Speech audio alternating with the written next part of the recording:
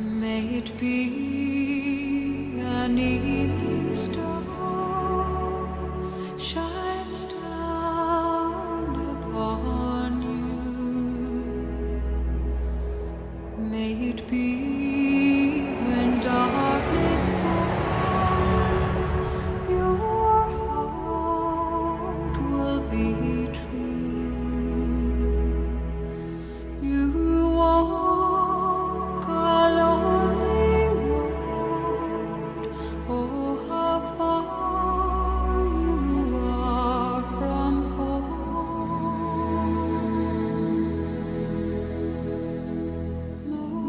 Morning air, ooh, to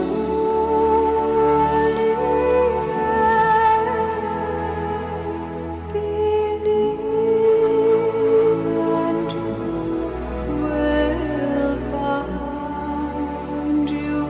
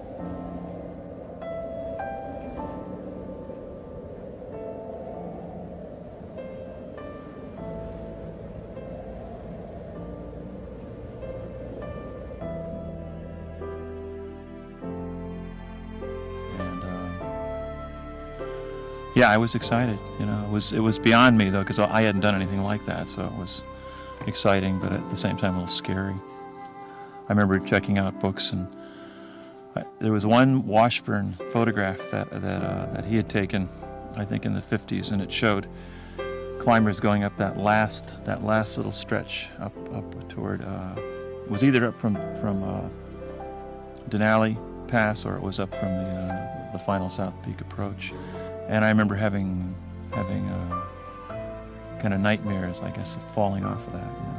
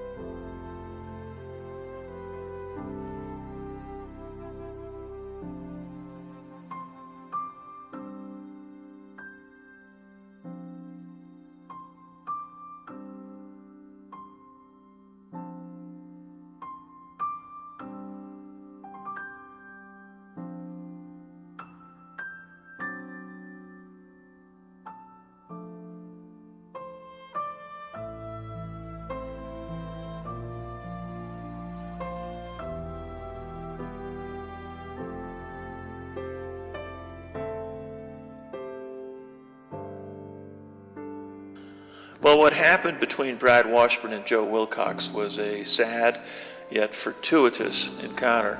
In preparation for his climb, Joe naively wrote to the renowned director of the Boston Museum of Science, requesting information concerning any accomplishments that had yet to be achieved on Denali. It was an attempt by Wilcox to hopefully garner some publicity at home and thereby gather some funding to help offset expenses for their trip. But Washburn was thoroughly appalled by what he called the most extraordinary correspondence he'd ever received. His reply was abrupt, curt, and sadly a foreshadow of the events that would transpire that following summer. Washburn bluntly suggested that no team had yet climbed the mountain blindfolded, nor had any team lost all of their members in a crevasse. He hoped that the Wilcox crew would perhaps aspire to one of these achievements. Well, by the time the Wilcox team arrived in the park, Washburn's opinion of Joseph Wilcox's expedition was well known, and before they even set foot on Denali, many felt that they would most likely fail in their attempt to conquer the mountain. No one, however, would foresee the disaster that would tragically unfold.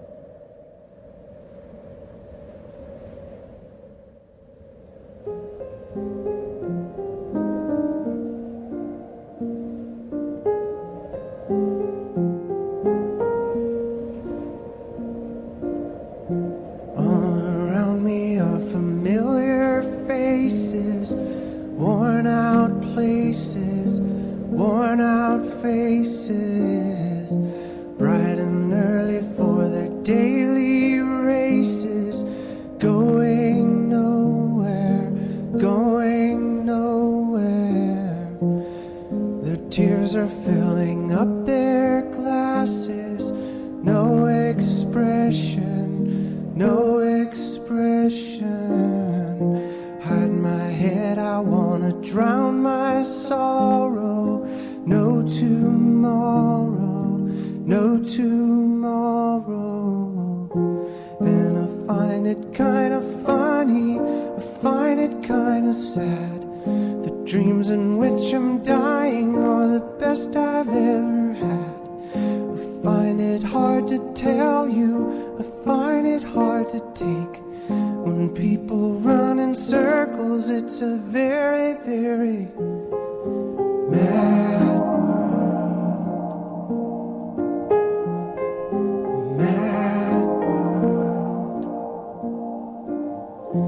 Children waiting for the day they feel good. Happy birthday, happy birthday. And to feel the way that every child should sit and listen, sit and listen.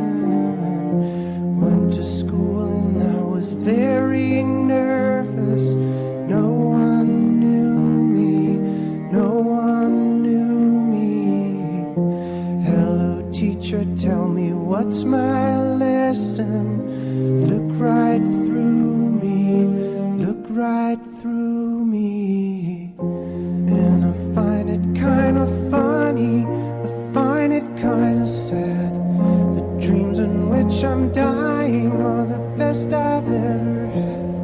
I find it hard to tell you, I find it hard to take. When people run in circles, it's a very, very mad world.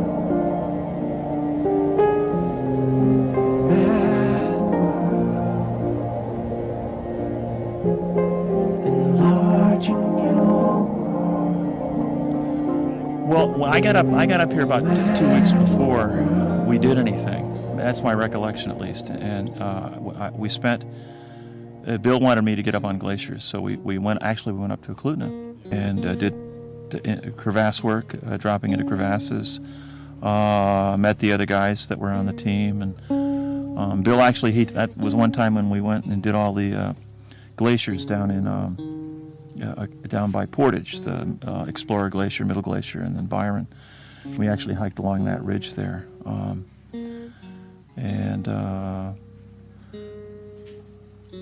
I remember, we went up to the A-frame up at Pitcher's Perch, and that was the first time I'd ever dropped into a crevasse. Of course, the hard thing is that you have snowshoes, and then you have like a 60-pound pack on your back. So when you drop down into a crevasse, you have to get rid of the pack. So you have to hook the pack onto the rope that you're hanging from, and then you have to take your snowshoes off, and you have to tie those onto your the line that you hang your pack onto. So it's quite a big deal if anybody goes in to a crevasse and you've got snowshoes and a pack on. It's not an easy endeavor. And of course we did this. That's where I first learned to do the Z pulley system to get somebody out of a crevasse.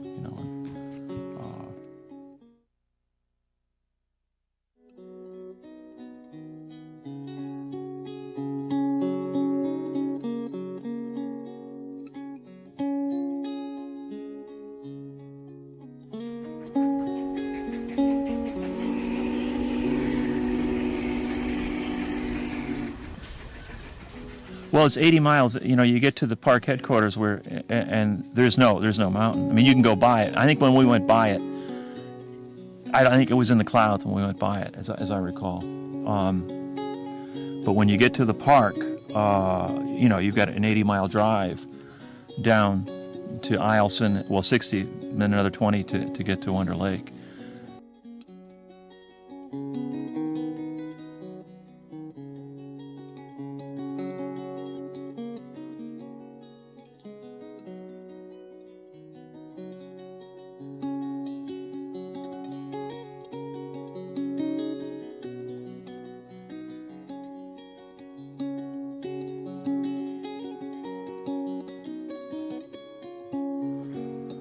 I remember Vin Holman. Remember you talking about Vin Holman? He joined Grace.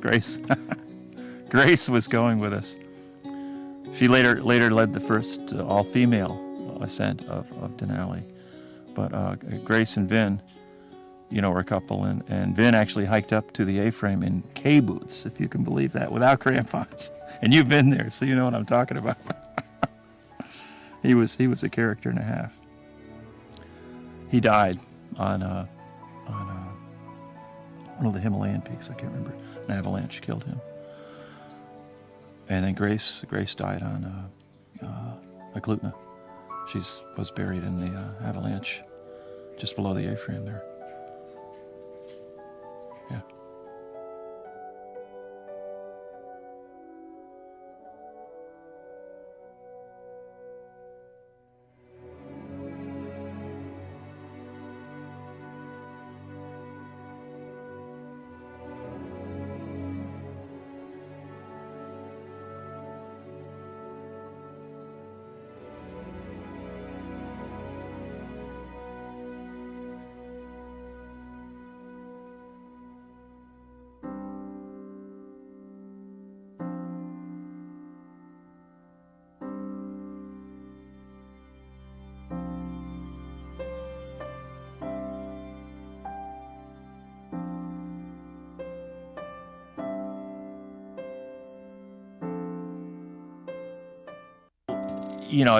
We're planning for a whole month. So they had been in the process of, way before I came, they had been in the process of preparing food. And the interesting thing, the Colorado group that was with Wilcox, I don't know about, I imagine Wilcox, they had a lot of the fancy freeze-dried stuff that was fairly new at the time. I don't remember what the brand was, but they had a lot of that lightweight stuff, but we had dried salmon and beef jerky, and a lot of the women had done, cakes, date bread. I mean, a lot of it was interesting. A lot of it was kind of stuff like what they might have used, back in the olden days. I don't know.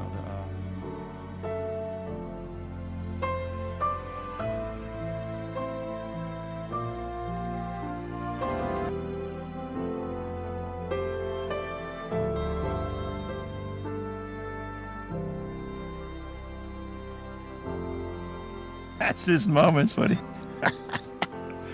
So there were some problems. I won't deny that. there's always problems. So, in any, I don't care, any expedition that you're on, there's, and clearly the Wilcox Snyder group, had their share of problems too, and we did too. It's not like, personalities are it's being a leader of something like that is a tough. I mean, we ended up going up the wrong valley. I mean, it was crazy. We were in bad weather. It was socked in when we went across the tundra. Walking around in fog. We didn't go up the, initially. We went up the wrong valley. We were going to come down through Gunsight Pass. So we had to traverse all the way over through the mountains and drop back down into Magana because we couldn't see anything. And none of us had ever been into Magana. I think one person had hiked in there. I don't remember who it was. I think it was Chet. I'm not sure for sure. So right from the get-go, people were going, man, it's, because we carried stuff all the way, 3 relays up the wrong valley. And then we had to cross back through to get in the right one. So.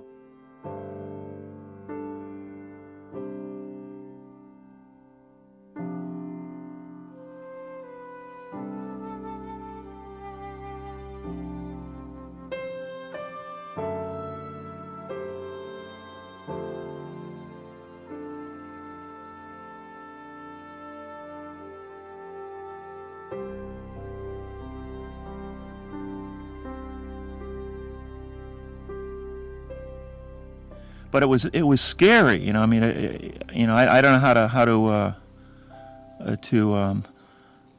emphasize, I always equated it to like Melville's Moby Dick, because this mountain was just this immense, unbelievably, it was a living monster, this big huge thing. And we had 2 of our people that didn't go on. I didn't have any choice in the matter. Of course, Bill was the leader, so I had, if I wanted to, I couldn't turn around anyway.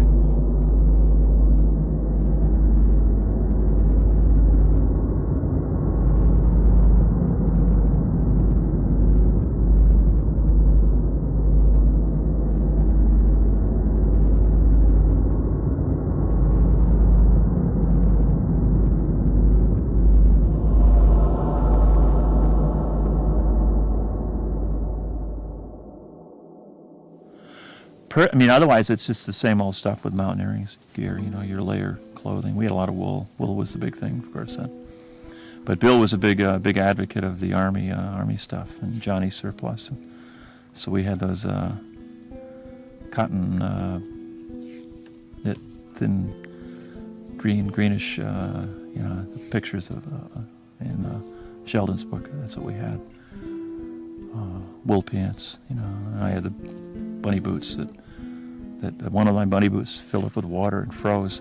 So when I got up high, I had a frozen bunny boot from 12,000 feet up, and I ended up switching boots I ended up taking Jerry Lewis's felt boots. They had felt boots with an overboot, and that was felt. It was felt that had frostbitten feet. I'm going to get this guy's boots, and he wore my bunny boots off the mountain and he let me use. Our feet were about the same size, so that was kind of interesting.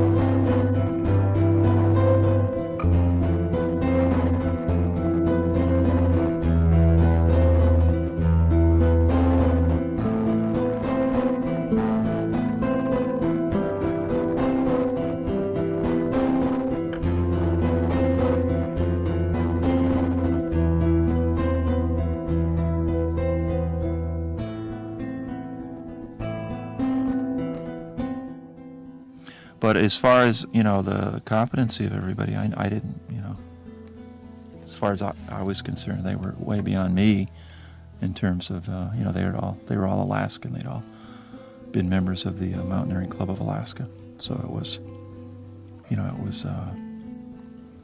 I was the neophyte. I was the novice, and I was. I was.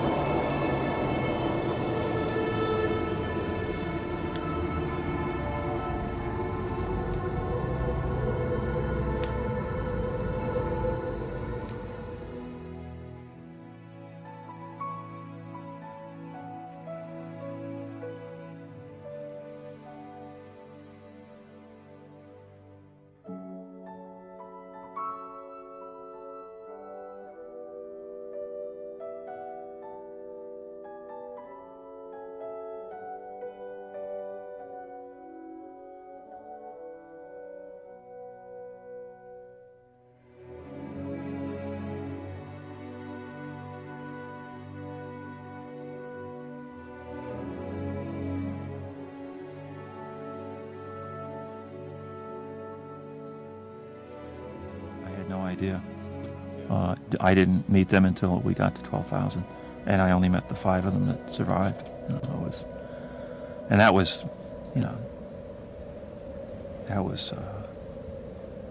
horrible. It was a horrible position for all of us. And those guys were just, they were, they had been to hell and back. It was terrible. They were all spent totally. It's just horrible, the whole thing.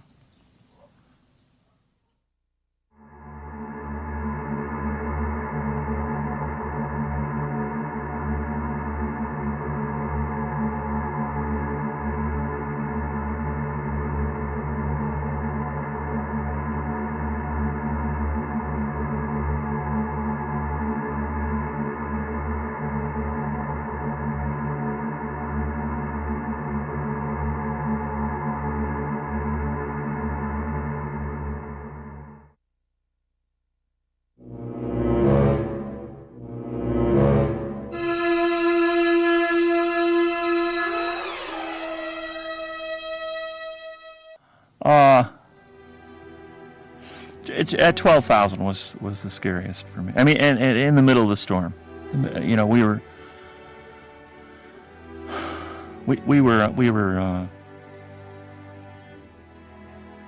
we actually didn't make it to the plateau on Karstens Ridge. We were in a saddle just below that when the storm hit, and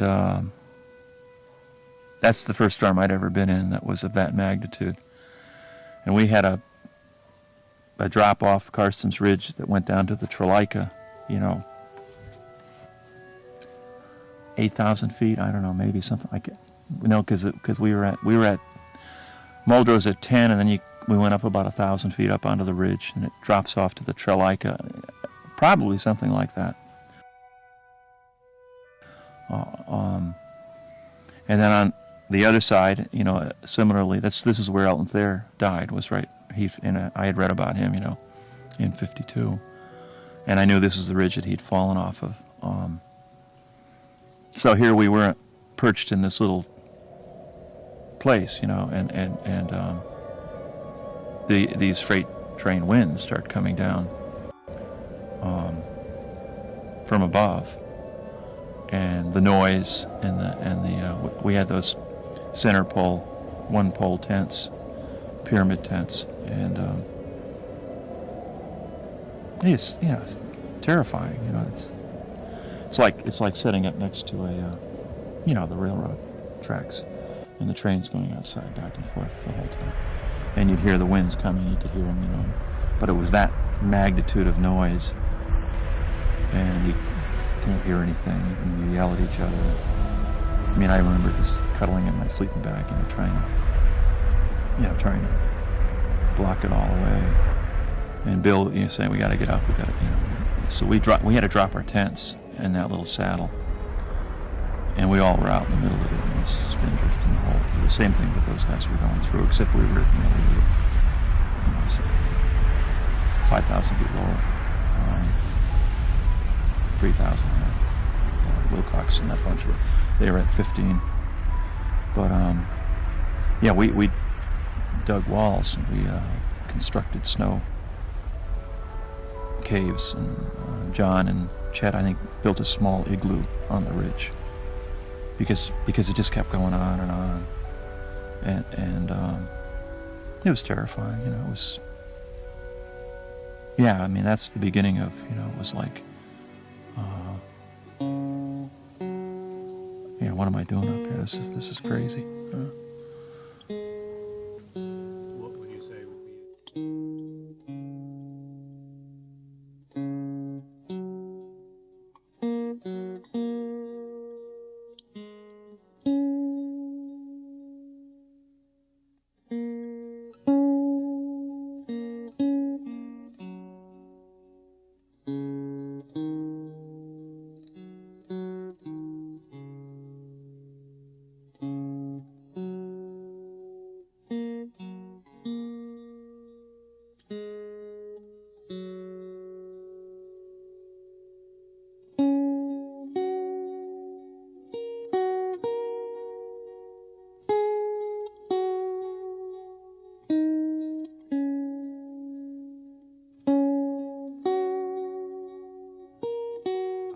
That was because it was an unknown for me. All of that was an unknown.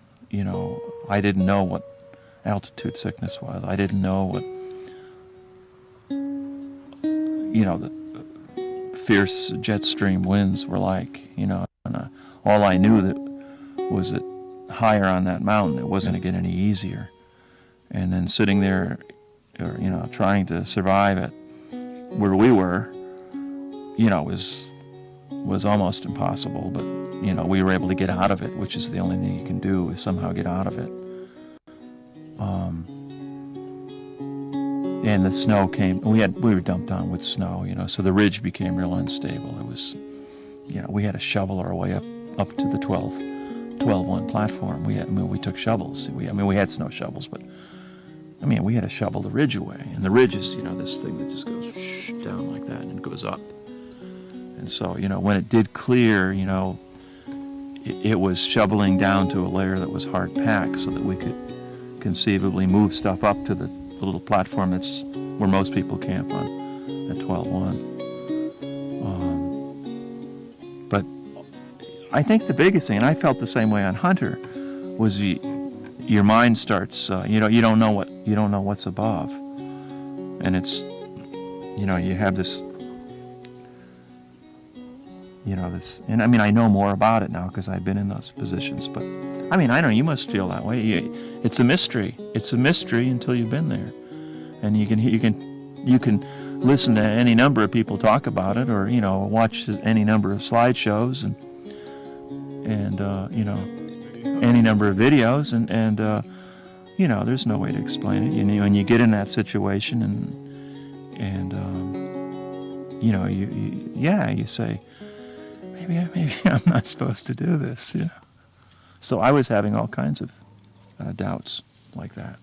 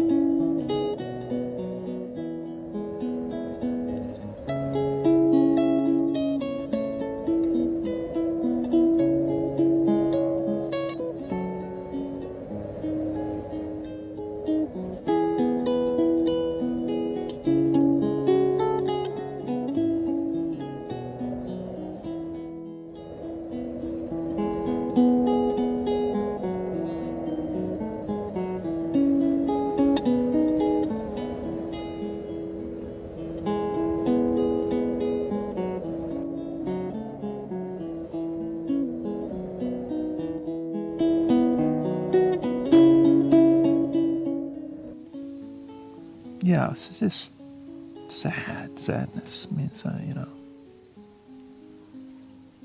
I mean, what hit you when you first heard or realized that people died? That you were gonna. Wow, when those guys came out of the cloud, I mean, we were we got up to the platform, the 12-1 platform, put in our camp. We knew they were above us. You know, we'd been following their trail, and we knew they were up there. We didn't know that they were in trouble. We just assumed that somehow they were not unlike us, just trying to sit it out. But as we moved up from the 12-1 platform, it wasn't a particularly good day, but it was. You could see the upper part, the coxcomb, which is a big kind of an ice, the upper part of the Karstens Ridge, where Brown Tower is, you know, and all of a sudden these little dots, you know, appeared up on the coxcomb, but there wasn't 12 of them. It was only 5. And you know, we kept going up. And Bill was in the lead. I was behind him, and my crampons fell off. My hands froze up, and I couldn't put my crampons back on. I mean, you've been there where your fingers are frozen, you know. It's like in that movie Into the Void, the guy where he lost. And that's what happened with me. We were up on just below this ice. It's about a 60 foot ice, kind of a wall.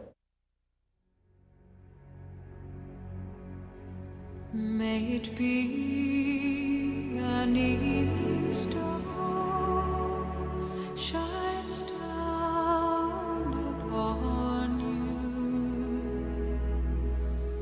May it be when darkness falls, your heart will be true. You walk a lonely road. Oh, how far you are from home.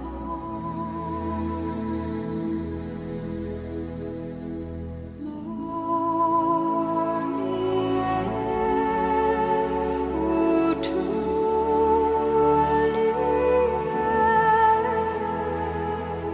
believe and you will find your way. Morning air, a empty a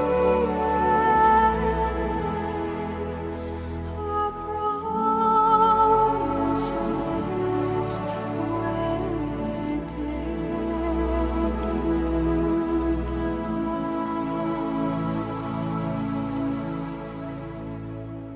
May it be the shadows call will fly away.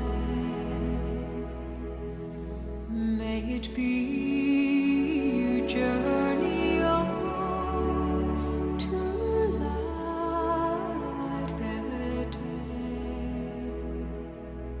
When the night is overcome, you may rise to find the sun. Morning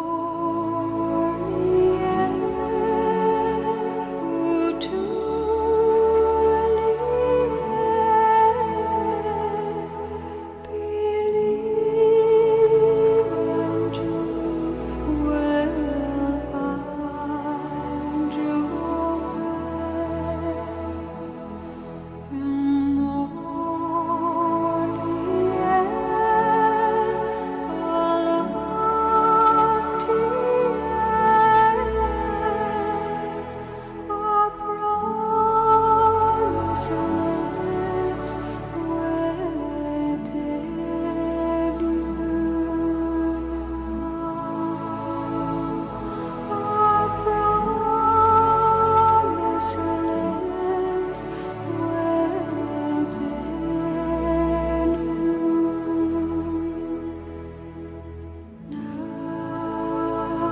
Well, when we came back from the summit,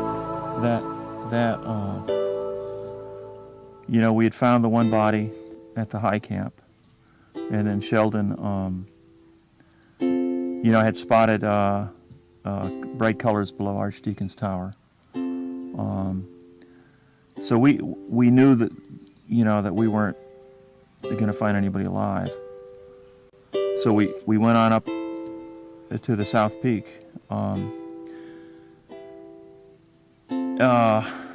And Gail was having problems with altitude. Like I say, the park asked us to stop relaying, to make a beeline. So we went from 12,100 on up to the high camp, where we found the first climber from the Wilcox team.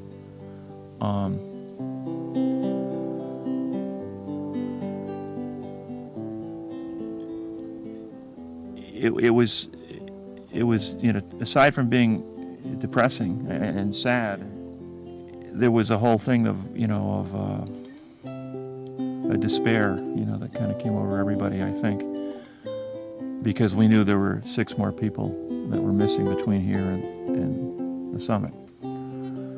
So we moved up toward Denali Pass that next day. I was struggling with a headache.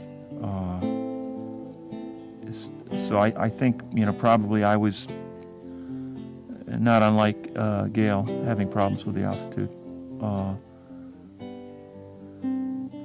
The Air Force, my understanding is it was the highest air rescue ever attempted in the history of the United States Air Force. We got to Denali Pass, and all of a sudden there was this 10 huge big parachutes of stuff floating down from this plane that kept going back and forth between Denali Pass, and our pictures were all over the newspapers around the world. And the weather was good when we started out, and it was okay. You moved real slow. We got up to the South Peak. John and Chet were up first. They were in the lead team. Gail, like I say, was having difficulties. There was only 5 of us at this point. But when we got to the summit, the weather started turning on us. So it was scary. You could see that it wasn't going to be clear. So we were pretty concerned about getting back to camp. So we moved down. John and Chet had gone across the football field, the plateau below the South Peak, and they had dropped down to where Sheldon had spotted the other climbers that we found. That was below Archdeacon's Tower. Bill and Gail and I continued down, and the weather continued to get, cloud formations came in, spindrift, the wind was picking up. By the time we all got to Denali Pass, it was pretty much a whiteout. Don Sheldon had spotted something below Archdeacon's Tower. It made a wide arc around the South Peak, then banked his silver Cessna 180 toward the steep, icy slopes for a closer look. Sure enough, he had spotted 2 more men, about 50 feet apart, waist deep in the snow, but frozen into the slope. One man, he said, appeared to be clutching the head of an ice axe. Well, against Bill's wishes, John and Chet crossed down over the steep slopes of Archdeacon's and discovered the 2 corpses that Sheldon had seen from his plane. Bill, Gail, and I made our way back down to the high camp in the worsening weather. Finally, John and Chet barely made it back to our caves at 17,000 before we were hit by another storm which lasted for 2 days. When the weather finally cleared, Bill decided to give up the search for the missing men and descend to a lower elevation.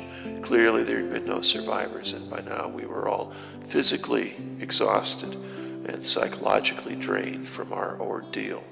If we hadn't gone down, the odds that 1 or 2 of us might join the list of casualties was a very real probability. In his book, White Winds, Joe Wilcox theorizes that the 6 climbers that went for the summit on July 18th and the 1 man they left at 17.9 were caught in the worst storm ever recorded on the upper slopes of Denali. The 6-man summit party was forced to bivouac overnight in the vicinity of Archdeacon's Tower after becoming disoriented in a complete whiteout on their way to the summit. The following morning, the weather cleared just enough for 5 of the 6 men to actually continue across the football field and finally reach the summit. On top, the 5 men made radio contact with Park Ranger Gordy Haber at Eielson Ranger Station. At the time, their final communications seemed hopeful and implied no imminent danger.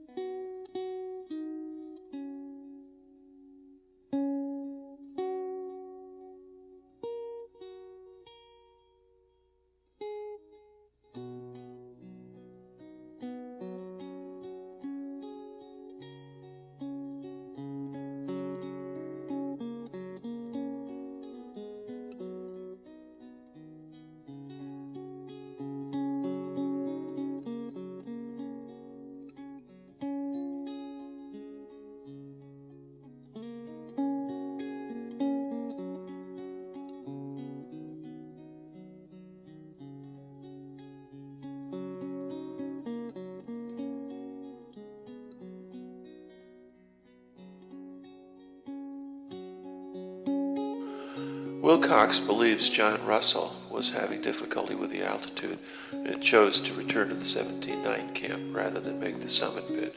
He believes Russell made it back to Steve Taylor, who, like himself, had also been struggling with the altitude when he chose to remain at the high camp while the others made their way to the top. Wilcox' shift from the 3 Colorado climbers became pinned down at the 15,100-foot camp during the full fury of the 10-day storm. They made 2 attempts to climb back up to the high camp, but were turned back by fierce winds. During a brief lull in the weather, Wilcox believes that Taylor made an attempt to descend to their 15,000 camp, leaving Russell behind, who was either too ill to move or because he had possibly died. Taylor, he believes, was either delirious or too weak to continue down when the storm again picked up force. Wilcox believes it was Taylor's ice axe that we discovered on our trek up the Harper Glacier. Contemporary beliefs on the effects of hypothermia suggest that Taylor may have burrowed himself into a nearby indentation or possibly a crevasse and was buried during the storm. No one will ever know.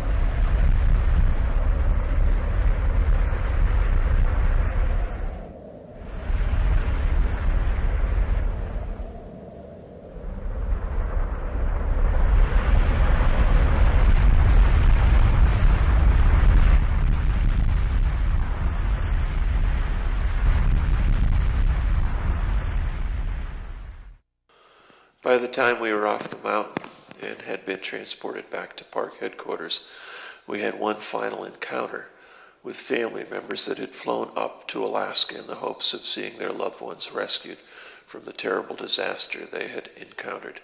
It was a sad and poignant time. I sat outside with the teenage sister of Dennis Luchterhan, who tried to rationalize her grief. Her parting words are still fresh in my mind. I can't think of a better place for Dennis to die. He always loved the mountains, and if he had to leave this earthly realm, I'm sure he is content with his final resting place. I'm really glad you guys didn't bring him back down off the mountain. She sighed. I just can't believe that I'm never going to see him again. I clumsily held this young girl in my arms, and I could think of nothing to say. I remember the lump in my throat, and then after a minute or so we stood up, we looked at each other and smiled sadly, with tears running down our eyes, or down our cheeks. She left me standing on the porch, and she went inside to join her parents. It was my final confrontation with death on Denali. Later, at the park depot, Bill, Gail, John, Chet, and I boarded the train, and we headed back to Anchorage. As the train pulled away from the small station house, I remember I felt an odd sense of relief. And though I've grown old, these memories of my summer climb up Denali will always remain with me. The initial excitement of arriving on the last frontier, the ordeal of the actual climb, the terror of the storm, and the sadness of its outcome, and the utter despair I felt at discovering death on one of Mother Nature's most severe yet beautiful settings. These memories and the feelings, they will be with me until the day that I die.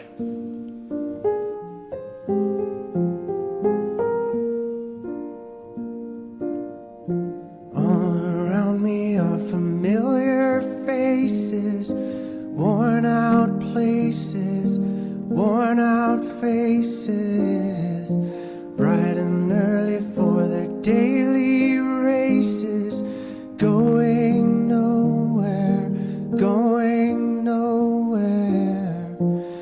Their tears are filling up their glasses, no expression, no expression. Hide my head, I wanna drown my sorrow. No tomorrow, no tomorrow. And I find it kind of funny, I find it kind of sad. The dreams in which I'm dying are the best I've ever had. I find it hard to tell you, I find it hard to take. When people run in circles, it's a very, very mad world. Mad world. Children waiting for the day they feel good. Happy birthday, happy birthday.